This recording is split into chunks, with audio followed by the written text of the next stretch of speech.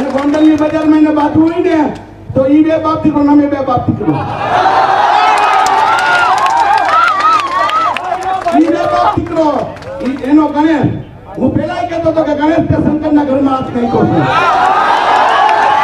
છે ગણેશ તે ભૂલ કરી તે શંકરના ઘરમાં હાથ નાખ્યો છે ગોંડલની વાત સાંભળી અને બહુ દુઃખ થયું હું નાનો હતો ને મારો 49 વર્ષની ઉંમર છે કાકા હું નાનો હતો તે હું ગોંડલ વિશે અને ધોરાજી વિશે સાંભળતો હું ભણવા જતો ક્યાંય પણ દલિત સમાજ ઉપર અત્યાચાર થતો તો સૌથી પહેલા ખટારા ગોંડલ થી ભરાતા હું નાનો હતો એટલે પાંચમું ચોથું ભણતો ત્યાંની વાત કરું છું ભાઈ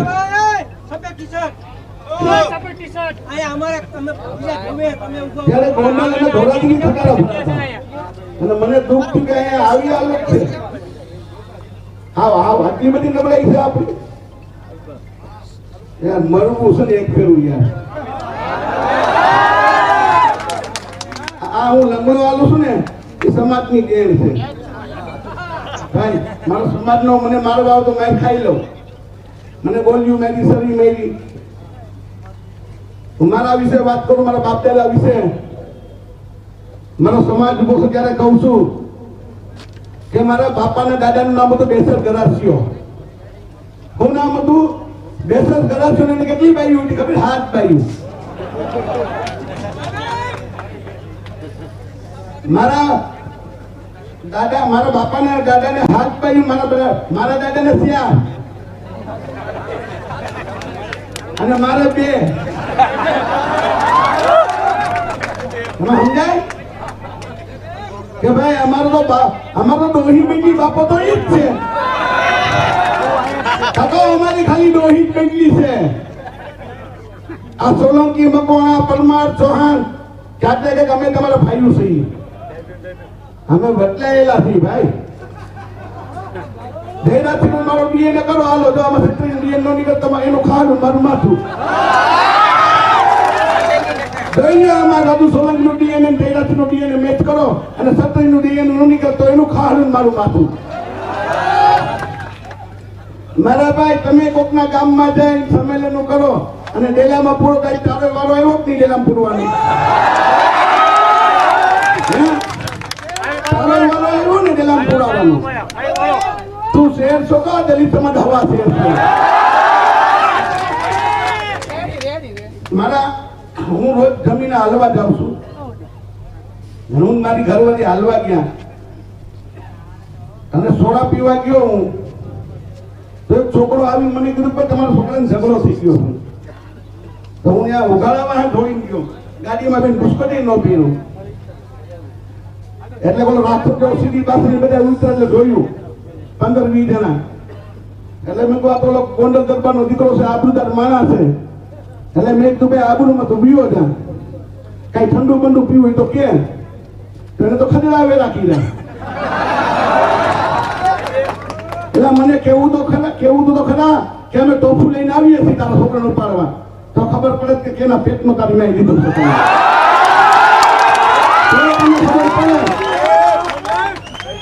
અને હજી તારી ઈચ્છા હોય ડેરાસીની ઈચ્છા હોય ને તો ખુશી જુનાગઢ બાજુ આવી ગયો ખુશી કહેતો કે રાજુભાઈ સોલંકી અમે આવીએ છીએ અને તારા ઓલા રાક્ષસ જેવા જેટલા છે બધી લેતો આવી ગયો અને ગોંડલની બજારમાં એને બાજુ હોય ને તો ઈ બે બાપ દીકરો અમે બે બાપ દીકરો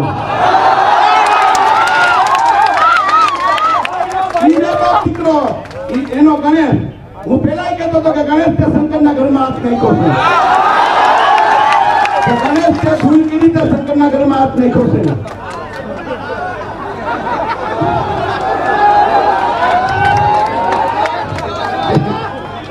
હું આપણે અને મેં એને એ કીધું હતું મેં આપણા સમાજના આગેવાનને ફોન કર્યો હતો એનું નામ નહીં આપું મેં કીધું મારા છોકરાનું અપહરણ આ ધૈર્યથીનો છોકરો કરી ગયો છે ત્યાં જઈને તું લબડતો નહીં ભાઈ ખાલી એને એટલું કહે કે મારે 4 છે ને તારે 1 છે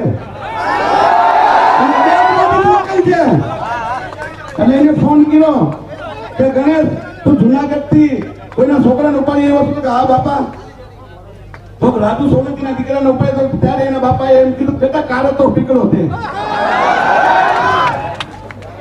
ત્યારે મારા સમાજને આપણા દાસી જીવન આશ્રમના મહંત શ્રી આપણી બાજુમાં બેઠા છે. અમે અમારા સમાજમાં 2200 મેઘવાળ સમાજમાં 2284 સંતો થઈ ગયા છે. ભીમ સાહેબ, બાલક સાહેબ, ત્રિકમ સાહેબ, આપણા રોહિદાસ સાહેબ, એવા 2284 સંતો. અને અમારે તમે એલા તમને શરમ આવી જોઈએ. અમારા છોકરા ઘોડી ઉપર કહે તમે એલા પર તમને હું કહું છું કે અમે વટલેલા છીએ. અમારા બાપાએ ભૂલ કરી, અમારા ડોહાએ ભૂલ કરી એટલે અમે આમાં આવ્યા છીએ. તમે તમારા ભાઈઓને ભૂલ્યું છે ઉતારો છો. તમારા ભાઈઓને અમારો વડઘોડો થતો હોય અને તમે એને હેઠો ઉતારો. તમે અમારો ઇતિહાસ તો જો. તમે અમારા બાપા તમારો ભાઈ જ છે. ત્રીજી પેઢી તમારો ભાઈ જ હતો. કઈ ઘોડા ચડે છે. એટલે મારે જો અમારા દાસી જીવન સાહેબ ને પરત ગામમાં ઉતારી કુવામાં ઉતારી વરસ કાપ્યા તો દાસી જીવન સાહેબ પાણી લઈ આવતા હોય તો અમે એની ઓલાદ છીએ ભાઈ. અમારા વૈંજા કુવા હોય તમારા અને વૈંજા કુવામાં પાણી લઈ આવે તો બાપા અમે એ સમાજ છીએ. આ પાણીયાળો સમાજ છે તો બીજાના કુવામાં પાણી કાઢી શકતા હોય તો તમારા પાણી તમે કાઢી જ નાખ્યું. અમારા રોહિદાસ સમાજ થઈ ગયા છે અને રોહિદાસ સમાજની કાશીના દરબાર પાસે ફરિયાદ થઈ છે કે બાપુ આ રોહિદાસ સમાજ આ ગંગાજીમાં ચામડા ધોઈ છે અને આપણી ગંગાને અપવિત્ર કરે છે.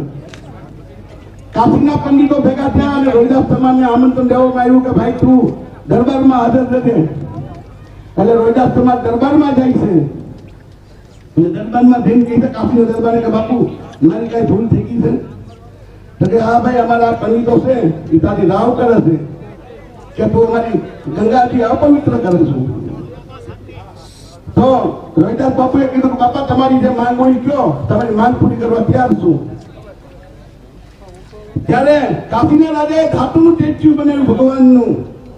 આપણે ધાર્મિકતાની વાત કરીએ છીએ કે સનાતન ધર્મની તમે જો વાત કરતા હોય તો જોઈ લો મારા આ 70 વર્ષની ડોહીમાં હોય અમારી બાપા હોય તો જય શ્રી રામ લખેલું છે મારા હાથમાં.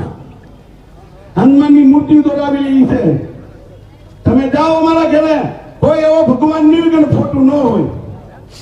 ભોગ થઈને એમ કે હમણાં રાજુભાઈ મારે ઘરે કોઈ કામ નહીં ભાઈ ખોડિયાલમાંનું કામ સારું, બહુ કામ સારું એટલે ખોડિયાલમાંનો ફોટો ફોટાડી દે. વળી બીજો કોઈ આવીને એમ કહે કે સાઉન્ડમાંનું કામ સારું તો સાઉન્ડમાંનો ફોટો ફોટાડી દે.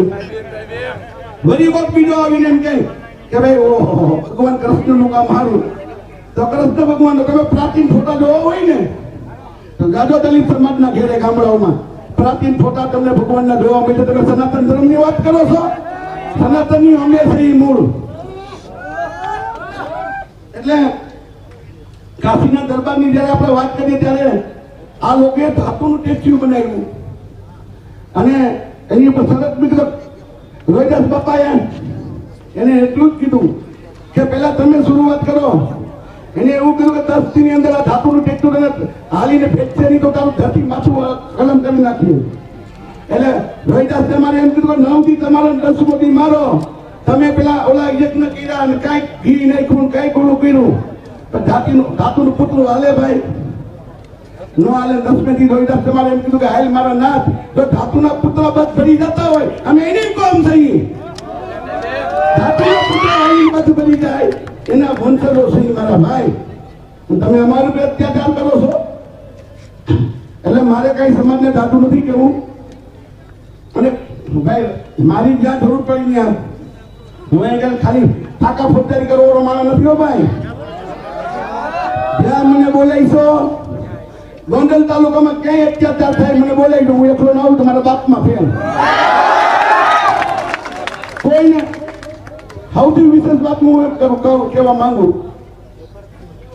જયરાજસિંહે મારા ગુના મૂક્યા કે રાજુ સોલંકી પર 12 ગુના, એના છોકરા પર 13 ગુના, એના ધીનકા છોકરા 2 ગુના. તો કોઈ મારો વાગીને મેળ ખાવાની ભાઈ નહીં ખાવાની. તો ગાડી ઉપર ગુણ તો તું ક્યાં હારી નો છો બાપા તું હારી નો છો તું ઈ જ કરે તને જન્મદિવસની સજા આપી કે પાટીદાર સમાજનું ભાઈનું મદદ કરી નાખ્યું તે પીએસએની બંદૂક તકીને ફાયરિંગ કર્યું તો તું કે હાજા હોટલનો ખરેલો છો ભાઈ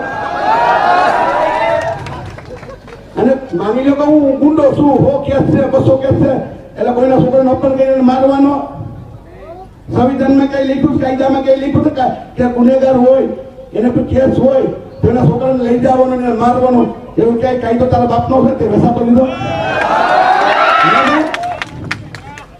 એમ નહીં હું તમને ઈ ગોંડલ દરબાર કે તું તારો બાપો એને કે તું તારો દીકરો ખાલી તારા બોડીગાર્ડ લીધા હું અઠવાડિયું ગોંડલની બજારમાં રખડી દેલા સમાધાન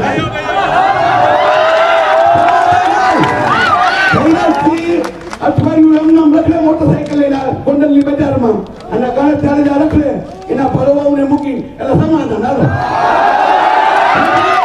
ગોંડલ તારું છે આ ગોંડલ તારું છે આ ગોંડલની ગલીમાં તું એકલો રખડી જા એટલે હું કોઈને પૂછી નહીં સમાધાન અઠવાડિયું એકલો રખડ તારા ગણેશને રખડાય આ ગલીમાં એટલે આપણે સમાધાન જય ભીમ મને બધે વાત કરી દઉં